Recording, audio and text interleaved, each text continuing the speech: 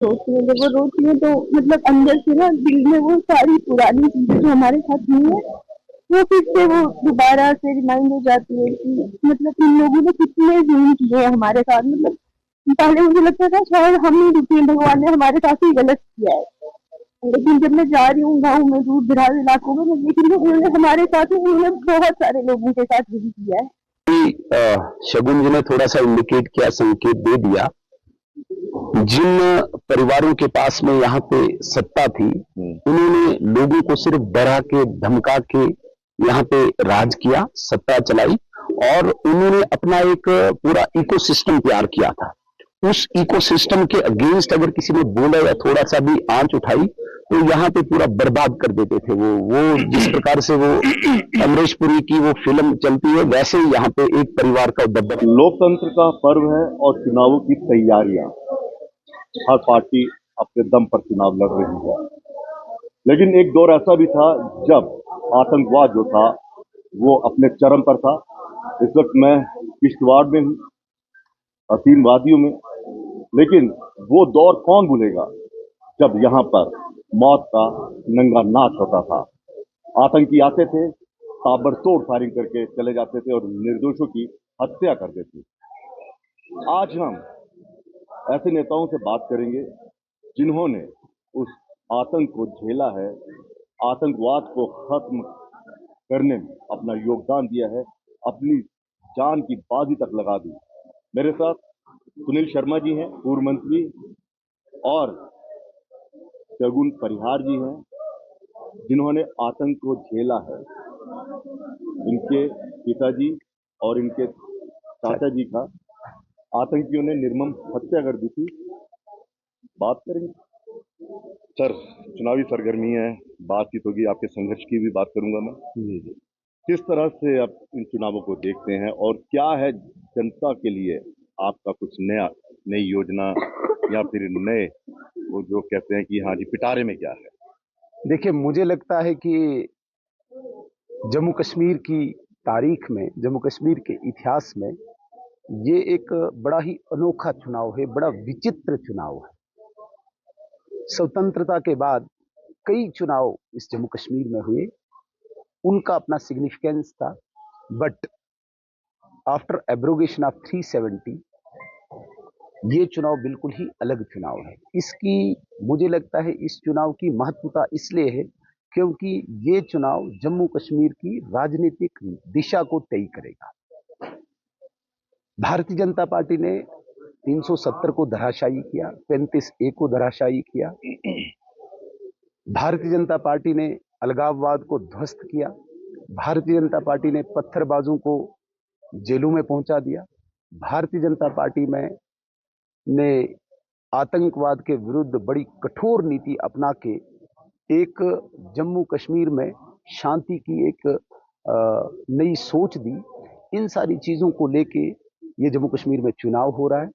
मैं इसलिए भी इसको महत्वपूर्ण मानता हूं क्योंकि जो अलगाववादी, जो आतंकवादी, जो पत्थरबाज यहाँ के दो परिवारों की पुष्टपनाही करते थे, और वो दो परिवार जो मेन स्ट्रीम पॉलिटिकल पार्टीज बना के आतंकवाद को, अलगाववाद को, पत्थरबाज को संरक्षण देते थे।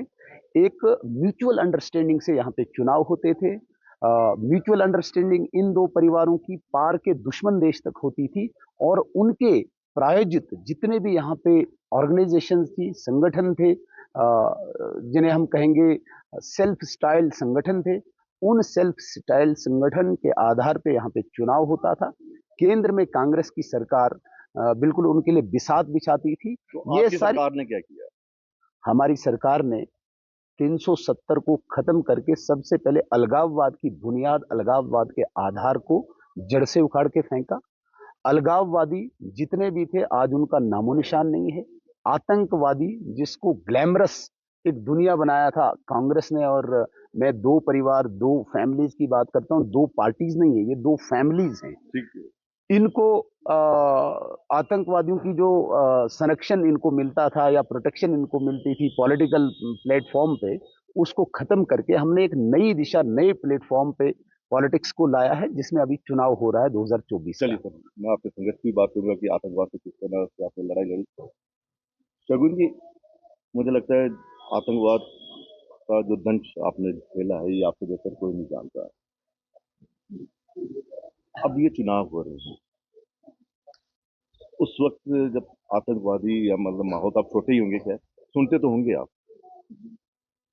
तो किस तरह से अब आप राजनीति में आई हैं, क्या सोच कर आए हैं?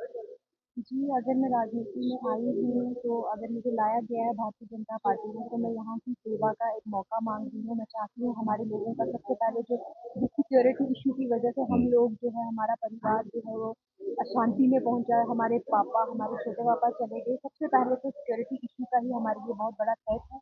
मैं चाहती हूँ वो सॉल्व होना चाहिए। यहाँ पे आतंकवाद के जितने भी सरबराह हैं, जितने भी लोग हैं जो आतंकवाद से जुड़े हैं, वो सब लोग जो है वो जेलों में बंद होने चाहिए, ताकि यहाँ पे अमन और शांति हो। उस वक्त आप कहाँ पे थे?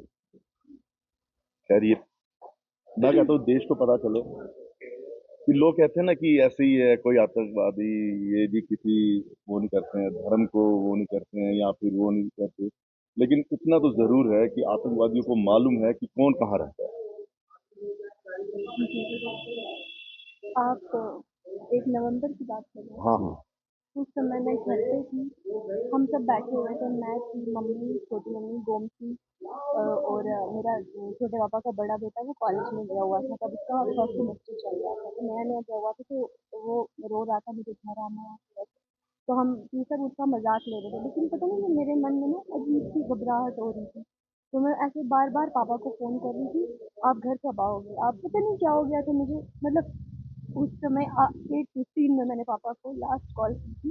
तो बार बार मैं उनसे पूछ रही थी, आप घर कब आओगे, आप घर कब आओगे। तो वो बोल रहे थे, आप क्यों बार बार फोन कर रहे हो। मैंने कहा ऐसे पता नहीं मुझे कुछ हो रहा है।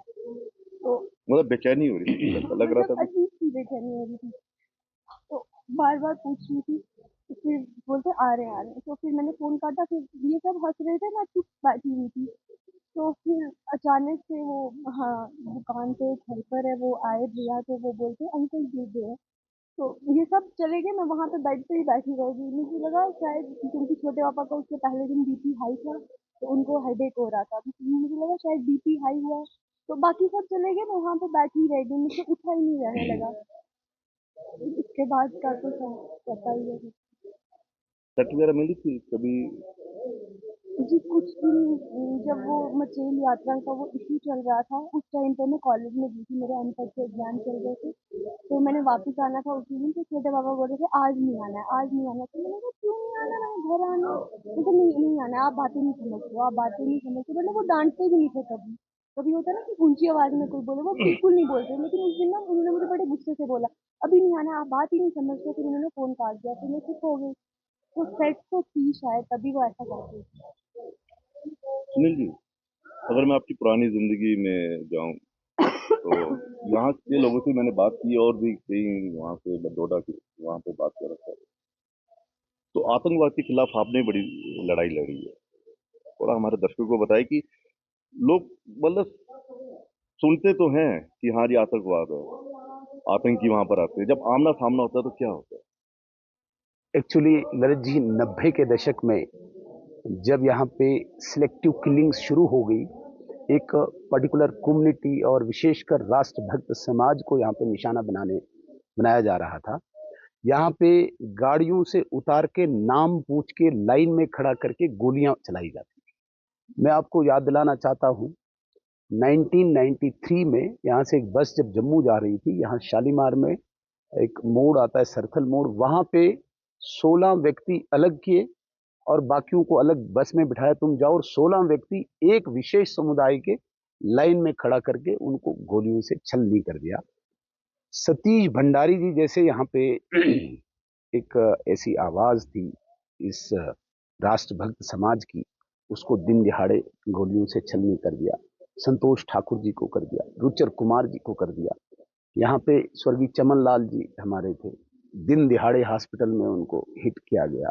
सुभाष जी सेन एक जूनियर इंजीनियर हुआ करते थे, उनको यहाँ पे गोलियों का निशाना बनाया गया। यहाँ पे सुमीर हमारा एक क्लास में मुझसे जूनियर था, मेरे गांव का, उसको रात के समय लगभग 9 बजे सिर्फ घर से बाहर निकला था कोई यूरिनल के लिए, उसको गोलियों का निशाना बनाया गया। मैं सैकड़ों बता सकता हूं। यहाँ पे एक घटना में आपको मतलब बताऊंगा। चप्पे चप्पे पर हाँ, आतंकवादी थे, चप्पे यहाँ चप्पे पे एक पाडर में गांव है, सजार गांव है, वहां पे गर्मियों में लोग ऊपर धार पे भेड़ बकरियां चराने के लिए जाते हैं। बदन पे पूरे कपड़े भी नहीं होते हैं उनको, और पाँव में यहाँ पे एक लोकल प्लूड बोलते हैं जो घास की बनी होती है, वो लगा के थे। और 8 लोगों को इतनी निर्ममता से हत्या की, हमने वो लाशें ढोई है। एक और घटना मैं बताता हूँ। यहाँ पे बुंजवा में जब एक समुदाय के 4 लोगों को हिट किया गया, हम दूसरे दिन वहां जब पहुंचे, आतंकियों की हरकतें देखो। उन्होंने शमशान घाट में ऑलरेडी माइन बिछा के रखी थी कि यहाँ पे ये आएंगे जलाने के लिए। मतलब ये एक्सट्रीम जिसे हम कहते हैं, अमानवता की एक्सट्रीम पे गए थे। तो तब यहाँ पे मेरे जैसे कई नवयुवक जवानी की उस दहलीज पे पहुंचे थे। जिस प्रकार से एक परिवार का जिम्मा किसी जवान के कंधों पे होता है, उसी प्रकार से मेरे जैसे कई नौजवान जो उस जवानी में पहुंचे थे, इस राष्ट्रभक्त परिवार का जिम्मा हमारे कंधों पे था। उस वक्त मेरे जैसे लगभग 100 नौजवानों ने यह तय कर लिया, ठीक है सिक्योरिटी फोर्सेस लड़ेगी, पुलिस लड़ेगी, लेकिन जब तक न यहाँ का राष्ट्रभक्त नौजवान इनके साथ लोहा लेगा, इनको उसी की भाषा में जवाब देगा, तब तक यहाँ पे आतंकवाद खत्म नहीं होगा। तो लगभग 100 नौजवानों का इस प्रकार का एक टुकड़ी बनी, जिन्होंने डायरेक्ट लोहा लिया, डायरेक्ट लड़ाई की आतंकवाद से। ये बिहाइंड द कर्टन बहुत इसके पीछे एक स्टोरी है, लेकिन आतंकवादियों को चुन चुन के उनके ठिकानों पे जा जाके उनको मारा। डर नहीं लगता था उस समय? नहीं, डर किसी चीज का हमें। आप सिक्योरिटी में रहते हैं उस समय आप? नहीं, मेरे पास कोई सिक्योरिटी नहीं थी। वो सिक्योरिटी आज की बात कर रहा हूँ। आज तो सिक्योरिटी है, लेकिन उस वक्त कोई सिक्योरिटी, उस वक्त हम खुद सिक्योरिटी थे। और अपने समाज पर, विशेषकर इस भारत की भूमि पर जिसने भी आंख उठा के देखा, चुन चुन को उनको मौत के घाट उतारा। वो उस टुकड़ी का बहुत योगदान रहा है इस अर्स्टवाइल डोडा में। मैं आज आपके माध्यम से, इस चैनल के माध्यम से कई ऐसे अपने साथियों को श्रद्धांजलि देना चाहूंगा जिन्होंने इस किश्तवाड़ की रक्षा के लिए अपने प्राणों की आहुति दी। मैं ऐसे उदाहरण भी दे सकता हूं अपने साथियों की, जिसको पेट भर कभी खाना न मिला। हमारा एक साथी था रामचरण, बहुत गरीब, बहुत, लेकिन तड़प थी उसको इस देश के लिए मर मिटने की। और मुझे नहीं लगता कभी उसने पाँव में जूता पहना होगा, चप्पल उसके पास होती, और वो शहीद हुआ। क्यों? क्योंकि देश की रक्षा करनी है, राष्ट्रभक्त समाज को जिस प्रकार पलायन नहीं करना, और एक एक को चुन चुन के मारा गया। कभी ऐसा हुआ कि आप आतंकियों के साथ आपका मुकाबला हो रहा हो और आपका साथी आपके साथ हो? कई बार ऐसा हुआ है, कई बार ऐसा हुआ है जहां पे हमने अपने साथी खोए हैं मुकाबला करते करते। और 2-4 जगह तो मैं आपको एग्जाम्पल दूंगा। एक दिन मुझे यहाँ बीच शहर में आतंकियों ने मुझ पे गोलियां चलाई, और मेरे साथ मोटरसाइकिल चलाने वाला मेरा ही गांव का एक लड़का, वो मेरे आगे था, मैं उसके पीछे बैठा था। चूंकि मैं पहले पैदल जा रहा था तो वो बड़ा मुझे ट्रैक कर रहा था, वो आतंकवादी। बाय द वे मुझे लिफ्ट मिल गई, तो मैं जो ही उस पर बैठा तो उसने एकदम उस मोड़ पे मुझे हिट किया। 2 गोलियां उसको लगी और 1 गोली मुझे लगी। हम वहीं पे गिर पड़े। तो ऐसा सन्नाटा छा गया था चारों तरफ से, क्योंकि बिजली भी शटडाउन कर दी थी, और एकदम उसकी कवर फायर में हम फंस गए। जिस आतंकी ने हम पे हमला किया उसके कवर फायर ग्राउंड में आया। मैं अकेले अपने उस साथी को इस बाजू पे रख के खड़ा था। 2-3 गाड़ियां निकली, उन्होंने रोकी नहीं गाड़ी। तो वहां पे अस्पताल में उपचार कराया। लेकिन यहाँ पर इस प्रकार की राजनीति चलती थी कि मेरे ही खिलाफ एक षड्यंत्र वहीं पे रचा गया कि नहीं, आपने कुछ किया, पता नहीं क्या क्या बातें चलाई गई। मतलब कई ऐसे बताऊंगा मैं घटनाएं। एक घटना तो मैं बताऊंगा, मुझ पे एक बार ग्रेनेड दागा गया हॉस्पिटल के बाहर। मुझे शायद परमात्मा ने बचाना था, तो एकदम वो दीवार के साथ ग्रेनेड लग के गली में गिरा। और वहां पे बेचारा उधर मुझे लगता है झारखंड या दूसरी जगह के कोई बेचारे गरीब से, वहां पे एक माता और एक उसका बच्चा वो लकड़ियां जमा कर रहे थे। और ग्रेनेड उन पे पड़ा और वो बच्चा कोई 20 फुट ऊपर चढ़ा। मुझे दिल में बहुत वो पीड़ा होती थी कि भाई ग्रेनेड मुझ पे दागा गया और ये इसका निशाना बना। मुझे आज तक वो पीड़ा दिल से नहीं निकल रही है। कई ऐसे हमने घटनाएं देखी है। हम ये चीजें इसलिए याद करवा रहे हैं कि जो लोग दिल्ली में बैठ के या दूसरे राज्य में बैठ के कहते हैं ना कि ये आतंकवाद कुछ नहीं होता, ये है वो है, जिन्होंने झेला है, जिन्होंने अपनों को खोया है, वो जानता है दर्द क्या होता है। और यहाँ पर ऐसी ऐसी घटनाएं हुई हैं, वारदातें हुई हैं कि रोंगटे खड़े हो जाते हैं। 1993 की मैं बात करता हूँ। चेरजी एक हमारा पास में, यहाँ से कोई 15 किलोमीटर दूर एक गांव है। उस गांव में एक हमारी माता अपने बच्चे को लेके, छोटा इन्फेंट था, मुझे लगता है महीनों का ही बच्चा था, उस बच्चे को लेके भेड़ बकरियों को चराने के लिए ऊपर पुहाली कहते हैं, धार कहते हैं, उधर गई हुई थी। पास में ही वहां पे दो भाई भी थे। एक भाई राकेश कुमार का कलेजा निकाला था। कलेजा, वो लाशें हमने उठाई, अपने हाथों से उठाई है। मैं खुद चश्मदीद हूँ। बिल्कुल ये पूरा जैसे वो इतना बड़ा सुराख बनाया हुआ था, किया हुआ था, उधर से कलेजा निकाल के दूसरे भाई के मुंह में ठूसा था। दोनों लाशें वहां पे थी। एक वो इन्फेंट जो बच्चा था, जय सिंह, आज बहुत बड़ा है, मुझे लगता है जय सिंह आज यहीं पे होगा। जय सिंह उस माँ की गोद में था, उसको दूध पिला रही थी और उस माता का सतन काट दिया था। अच्छा, वो सतन काट दिया था। वो जय सिंह आज भी हमारे पास मौजूद है और सतन काट के उसकी निर्मम हत्या की थी। वो फोटोग्राफ्स स्वर्गीय अटल बिहारी वाजपेयी जी ने भी जिनेवा में लिए थे। वो दिखाए थे, किश्तवाड़ की वो घटना दिखाई थी। वो हमारे सामने है। मैं कहता हूं कि वो हम कभी भूल ही नहीं सकते हैं। हो सकता है नई पीढ़ी के लिए वो इतिहास है, नई पीढ़ी के लिए तारीख है, लेकिन हमारी आंखों ने देखा है, हमने झेला है, हमने लड़ा है, उस आतंकवाद को आमने सामने लड़ा है। हम कभी इसको भूल ही नहीं सकते हैं। और हर रक्षाबंधन के दिन, हर रक्षाबंधन के दिन ऐसे परिवारों में आप जाइए ललित जी, सुबह आज भी वो बहनें थाली सजाती हैं, धूप जलाती हैं, उस थाली में फूल रखती हैं, राखी रखती हैं, लेकिन कलाई उनके सामने नहीं है। ऐसे कई परिवार किश्तवाड़ में आपको मिलेंगे जो करवा चौथ के दिन माताएं थाली तो सजाती हैं, लेकिन वो सुहाग उनको नहीं मिलता है। उन ऐसे कलाई वाले परिवारों का, उन ऐसे सुहाग वाले परिवारों का एक प्रतीक शगुन परिहार है। इस लड़ाई को हम केवल शगुन परिहार की लड़ाई न माने, ये उस राष्ट्रभक्त समाज की लड़ाई है जिसने 30 साल यहाँ पे बहुत दर्द, बहुत आतंक, बहुत भय सहा। शगुन जी, कभी आपने सोचा था कि राजनीति में आएंगे? चलिए, हालात ऐसे बन गए, उसके बाद आपने सोचा था कि नहीं, मुझे राजनीति में जाना है और मैं मतलब शांति के लिए काम करूंगी, इन आतंकियों को मुंह तोड़ जवाब देना, ऐसी सुरक्षा करनी है? जी, बचपन से ही हमारा परिवार जो है वो जनता से जुड़ा हुआ था, लेकिन मैं राजनीति में जाऊंगी ऐसा मैंने कभी भी नहीं सोचा था। लेकिन अगर भारतीय जनता पार्टी ने मुझ पर विश्वास जताया है, उन्होंने सोचा है कि मैं अपने आवाम के, अपने लोगों के लिए काम करूंगी या उनकी सेवा के लिए तत्पर रहूंगी या उनका दुख दर्द समझूंगी, तो मैं पूरी कोशिश करूंगी कि जब तक मेरे शरीर में प्राण है, मेरे मतलब मैं जी रही हूँ, तब तक मैं किश्तवाड़ की सेवा के लिए हमेशा अग्रसर रहूंगी। कोई आपके छोटे पापा, बड़े पापा, कोई याद आती है कि उन्होंने कोई ऐसी सीख दी हो कि हाँ, कि मुझे ये करना है? मतलब राजनीति को लेके तो नहीं, लेकिन हमारा इंजीनियरिंग के टाइम पे एक ड्राइंग का पेपर होता था। मुझे काफ़ी कॉम्प्लिकेटेड लगता था, तो मैं ऐसे ही सोचती थी कि मेरा पापा यार मुझे बड़ा टफ लगता है कि मेरा पापा अब क्या होगा।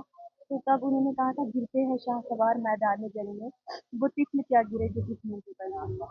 तो कह रहे थे ऐसे परेशान नहीं होना होता है, आपने इतने पेपर दिए, आप क्या ये ड्राइंग के पेपर से परेशान होते हो, तो आपका हो जाएगा, आप बेफिक्र रहो, आप एक जंग लड़ रहे हो, आप पेपर दे रहे हो, होना नहीं होना भगवान तक है, आप मेहनत करो। तो मतलब वो बड़ी एक पॉजिटिविटी के साथ ना हमेशा हमें चलाती है। ये भी आपका एक टिप है। जब आप महिलाओं से मिलती हैं, यहाँ के लोगों से मिलती हैं, तो अपना दर्द तो सुनाते होंगे, कुछ कहते होंगे? जी, मतलब जब मैं कुछ भी बोलती हूँ तो वो रोती है, जब वो रोती है तो मतलब अंदर से ना दिल में वो सारी पुरानी चीज़ें जो हमारे साथ हुई हैं, वो फिर से वो दोबारा से रिमाइंड हो जाती है कि मतलब इन लोगों ने कितने जुल्म किए हैं हमारे साथ। मतलब पहले मुझे लगता था शायद हम ही दुखी हैं, भगवान ने हमारे साथ ही गलत किया है। लेकिन जब मैं जा रही हूँ गाँव में, दूर दराज इलाकों में, मैं देख रही हूँ इन्होंने हमारे साथ नहीं, इन्होंने बहुत सारे लोगों के साथ यही किया है।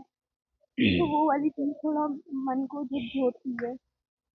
तो अब आपका मुकाबला एक ऐसे नेता से है कि जो काफी परिपक्व हैं, जी किश्तवाड़ से आप लड़ रहे हैं, जी सज्जाद साहब के नहीं क्या नाम है, किचलू साहब, सज्जाद किचलू के साथ आपका मुकाबला है। तो आप लोगों को किस तरह से बताती हैं कि हाँ वोट सहानुभूति या फिर वाकई लोगों को लग रहा है कि एक ऐसी युवती आई है जो कहीं ना कहीं हमारे लिए बेहतर करेगी।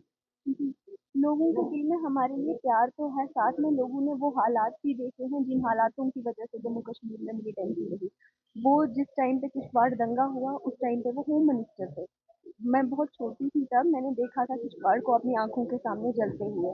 तो अगर आज जब भारतीय जनता पार्टी की सरकार आई, यहाँ से अंकल जो है मंत्री रहे, अगर इस दौर में कोई दंगा नहीं हुआ तो उनके दौर में दंगा क्यों हुआ, उनके दौर में फसाद क्यों हुआ, उनके दौर में यहाँ पे दुकानें क्यों जलाई गई, यहाँ पे हमारे एक जवान को परेड ग्राउंड में इन्होंने शहीद कर दिया गया था, उसका क्या कसूर था।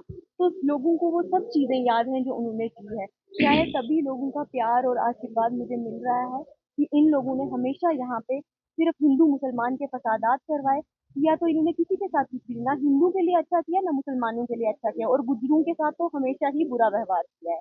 तो इसीलिए शायद लोग जो है उनको लगता है कि अगर ये बेटी उतरी है, इसने दुख दर्द देखा है, तो शायद ये हमारा दुख समझेगी। तो मुस्लिम परिवार के पास या तो इनका समर्थन है। जी, मुझे ऐसा लगता है उनका पूरा समर्थन है, क्योंकि अभी मेरा छोटा भाई गोमती मुझे कह रहा था, वो शॉप पे बैठता है, शगुन जी आप कब जाओगे उनके पास, वो सब बोलते हैं वो आई नहीं हमारे पास। मैंने कहा अभी ये गांव वाले एरिया दूर वाले कवर कर रही हूँ, फिर उसके बाद जाएंगे, ये सब तो अपने ही लोग हैं, फिर जाएंगे इनके पास सबके पास। और प्यार मिल रहा है, आशीर्वाद मिल रहा है। जी जी सुनील जी, मैं आपके पास आऊंगा। जब यहाँ पर दंगे मतलब एक तो यहाँ पे मैं आपको बता दूं, देश के अन्य राज्यों में 5-5 साल के बाद चुनाव होता है, हर 5 साल के बाद चुनाव। ठीक है, जैसे हरियाणा में अब चुनाव है, इससे पहले 5 साल पहले चुनाव हुए थे। तो मेरी बात हो रही थी तो वो बता रहे थे यहाँ पे हर 5 साल के बाद दंगे होते हैं। सर ये क्या है हर 5 साल बाद दंगे वाला, थोड़ा सा बता दीजिए। यहाँ एक्चुअली पे तो लोकतंत्र का पर्व मनाया जाता है। एक्चुअली शगुन जी ने थोड़ा सा इंडिकेट किया, संकेत दे दिया। जिन परिवारों के पास में यहाँ पे सत्ता थी, उन्होंने लोगों को सिर्फ डरा के धमका के यहाँ पे राज किया, सत्ता चलाई, और उन्होंने अपना एक पूरा इकोसिस्टम तैयार किया था। उस इकोसिस्टम के अगेंस्ट अगर किसी ने बोला या थोड़ा सा भी आंच उठाई तो यहाँ पे पूरा बर्बाद कर देते थे। वो जिस प्रकार से वो अमरीश पुरी की वो फिल्म चलती है, वैसे ही यहाँ पे एक परिवार का दबदबा चलता था। 93 में मैंने खुद इस किश्तवाड़ को पूरा जलते हुए देखा है, बाजार को जलते हुए देखा है। 98 में, अच्छा 5 साल के बाद, 98 एग्जैक्ट 5 साल के बाद 98 में दोबारा से पूरा किश्तवाड़ जला, बर्बाद हो गया। यहाँ पे जितना भी बिजनेसमैन तबका था, उधमपुर का, रामनगर का, वो माइग्रेट कर गए, यहाँ से निकल गए। और जो यहाँ पे आसुदा हालत में थे, कोई डॉक्टर, इंजीनियर, एडवोकेट्स, उन्होंने भी अपनी बच्चों की पढ़ाई लिखाई के लिए जम्मू चुना। 2003 में अगस्त में, बिल्कुल मुझे आज भी याद है, मेरे सामने मैं यहाँ पे अपनी एसटीडी एक चला रहा था, तो मेरे सामने वो नंगा नाच किस प्रकार से चलता था, इनके गुर्गे हाथों में हथियार लेके, हथियार, वो फोटोग्राफ ओपन हथियार होते थे, दुकानें लूटते थे, जलाते थे, भगाते थे। और 2008 फिर 5 साल बाद एग्जैक्ट अगस्त, वहां कश्मीर में कोई अलगाववादी नेता मारा गया। ये पहली बार मुझे लगता है दुनिया की तारीख में हुआ होगा, एक जगह अलगाववादी मर जाता है और नेचुरल मौत से शायद मरा, उसका गायबाना जनाजा ग्राउंड में पड़ना है। जनाजा यहाँ पे मरा कश्मीर में, और जनाजे के बहाने यहाँ पे उसी नेशनल कॉन्फ्रेंस की पुष्टपनेही पे, उन्हीं के बैकअप पे, उन्हीं के संरक्षण में, उन्हीं के गुर्गों ने किस प्रकार से नंगा नाच किया, बिल्कुल ग्रेनेड, गोलियां, आगजनी, तूफान मचा दिया इस किश्तवाड़ में। और एग्जैक्ट 5 साल अगस्त ही, वो भी 9 अगस्त 2013, जब खुद होम मिनिस्टर, जब कोई किसी क्षेत्र का प्रतिनिधि मिनिस्टर बनता है तो वहां के लोग एक्सपेक्ट करते हैं कोई निर्माण वाले काम हो, कोई भवन बने, कोई अस्पताल बने, कोई कॉलेज बने। यहाँ पे होम मिनिस्टर ने दंगे अपने साथ लाए, खुद उन दंगों को लीड किया एज होम मिनिस्टर। ये गांधी कमीशन की रिपोर्ट में आज भी आपको मिलेगा। बदकिस्मती है, जम्मू कश्मीर सरकार की गांधी कमीशन रिपोर्ट ही जीएडी से गायब है। आपको पता है, ये आप जरा पता कर लीजिए। ललित जी, आप बहुत मेहनती, परिश्रमी और एक रिनाउंड पत्रकार हैं। आप जरा गांधी कमीशन पे थोड़ा सा आप अपनी कवरेज दीजिए। गांधी कमीशन, इतना बड़ा दंगा, पूरा जम्मू कश्मीर कर्फ्यू में रहा हफ्ता, हम तो चश्मदीद थे उसके। और उसके बाद गांधी कमीशन आया, वो भी उमर अब्दुल्ला ने ही नियुक्त किया, भाजपा सरकार ने नहीं किया। उमर अब्दुल्ला तब का चीफ मिनिस्टर, उसी ने गांधी कमीशन सिलेक्ट किया। गांधी कमीशन की रिपोर्ट आई, आज गांधी कमीशन की रिपोर्ट ही गायब है, जब आप होम डिपार्टमेंट से ही गायब है। मेरे कहने का ये मतलब है कि हर 5 साल के बाद यहाँ पे दंगे कराए जाते थे, बाहर से आतंकवादी लाए जाते थे। मैं एक छोटी सी एग्जांपल देना चाहूंगा। 2006 की बात है, मुझे कहा गया कि भाई तुझे यहाँ किश्तवाड़ में नहीं रहना है, तेरे पीछे कोई आतंकवादी लगा हुआ है, वो हिट करेगा। मैंने कहा देखी जाएगी। मुझे आज भी याद है, मनोहर सिंह साहब एक बहुत बड़े पुलिस अफसर, डिस्ट्रिक्ट एसपी थे डोडा के, मुझे उन्होंने फोन किया कि थोड़ा सा बच के रहो या कहीं आप शिफ्ट करो। मैंने कहा नहीं, वो तो मैंने सीखा नहीं है। मेरी रगू में खून एक सैनिक का, एक फौजी का है, जिसने 3 जंग लड़ी है, 62, 65, 71। अच्छा, आपके पिताजी? यस, लाहौर कराची में गए हैं 71 की जंग तक। मैं कैसे जा सकता था? अंतोगत्वा क्या हुआ कि एक आतंकवादी पकड़ा गया बड़े उसमें एनकाउंटर में ही। वो था कंधार प्लेन हाईजेकर, मुझे आज भी याद है, हसन भाई। अच्छा।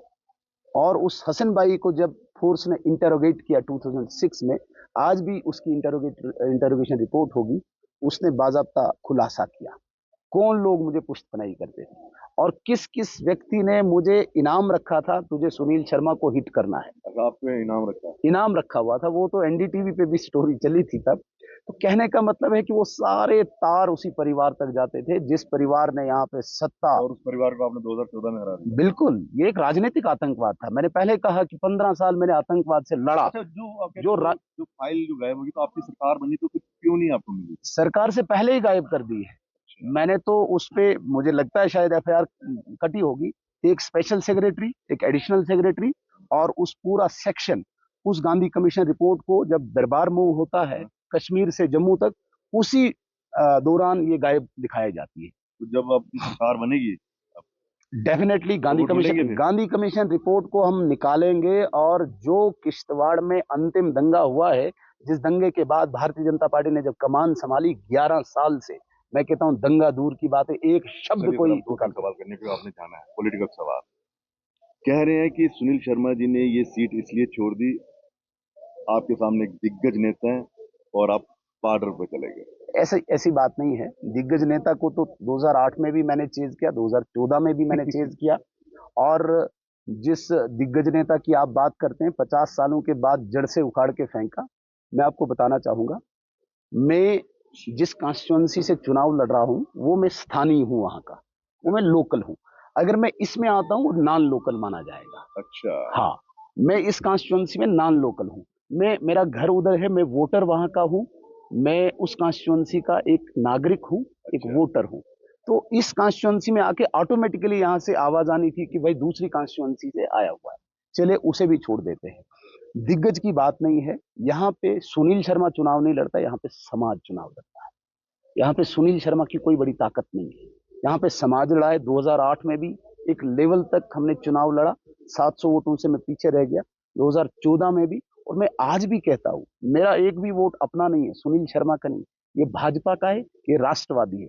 आज शगुन जी हैं, कल कोई भी हो, चुनाव समाज लड़ता है। और अगर उस समाज को आप बोलोगे कि भाई एक दिग्गज से वो घबराया, पीछे हटा, तो मुझे लगता है सुनील शर्मा को नहीं, वो उस समाज को गाली है। जो समाज टिकता है मेरे पीछे खड़ा होगा। यहाँ कोई परिवारवाद नहीं है, यहाँ कोई व्यक्तिवाद नहीं है। एक तरफ से व्यक्ति है, परिवार है, दूसरी तरफ से समाज है। और 1947 से समाज लड़ रहा है। जिस समाज ने पीड़ा सही, जिस समाज ने प्रताड़ना सही, वो समाज लड़ रहा है। तो शगुन परिहार इस वक्त कैंडिडेट नहीं, इस वक्त राष्ट्र भक्त समाज कैंडिडेट है वर्सेस परिवार। किस तरह से मदद करेंगे, क्योंकि ये अभी राजनीति में नहीं है। शगुन जी ये चुनाव नहीं लड़ रही, मैंने कहा समाज, और इसका मैं अंकल भी हूं, मेरी बेटी भी है, मेरी छोटी बहन भी है।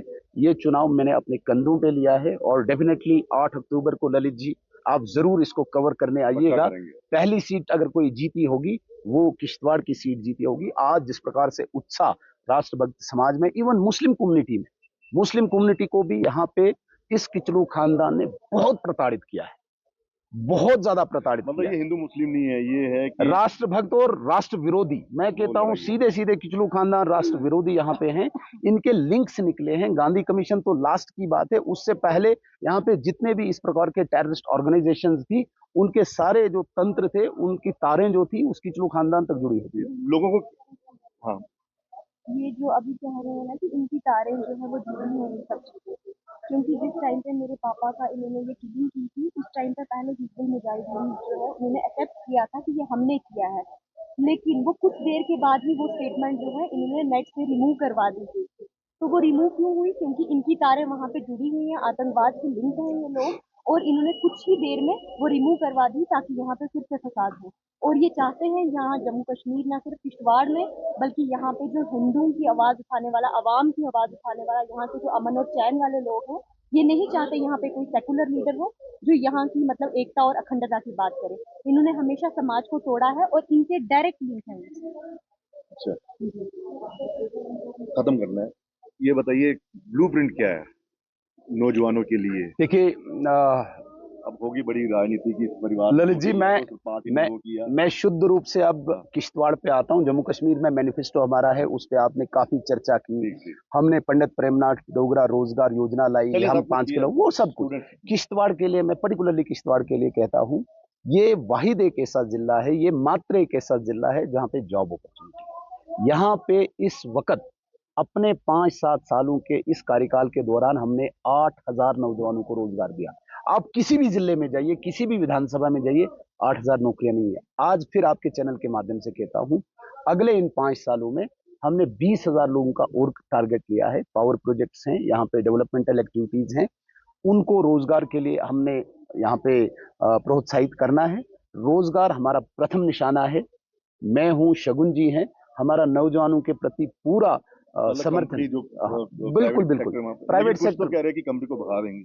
देखिए, हर जमाने में हर किस्म के लोग निकले। जब त्रेता युग था तब भी राक्षस थे, जब द्वापर था तब भी थे, आज कल युग है, यहाँ पे भी किस्म किस्म के लोग मिलेंगे, लेकिन हमने सकारात्मक नहीं, वो तो किसी की हिम्मत नहीं जब तक वो थ्रेट तो एक समाज को दे रहे हैं, और निशाना कंपनी है, समाज थ्रेट है कि भाई 4 अक्टूबर के बाद मैं तुमको हिसाब लूंगा। वो एक समाज को डरा रहे हैं, वो दोबारा से धमकी दे रहे हैं कि वो 8-9 अगस्त को दोबारा दोहराना चाहते हैं, वो याद दिलाना चाहते हैं 9 अगस्त, भाई मैं होम मिनिस्टर आया तो मैं दंगे लाऊं। विदाई लेनी है, मैं किससे विदाई लूं? भावी मुख्यमंत्री से विदाई लूं? एक साधारण से एक मुख्यमंत्री के तौर पर देख रहा हूं। नहीं, ऐसी कोई बात, चर्चा बड़ी है, चर्चा हो सकती है। मैं एक साधारण सा एक सैनिक का पुत्र हूं, और जिस सैनिक ने 3 जंगें लड़ी है, मैं एक सैनिक का भाई हूँ। एक सैनिक की भांति मैंने अपने 15 साल इस देश के लिए लगाए हैं।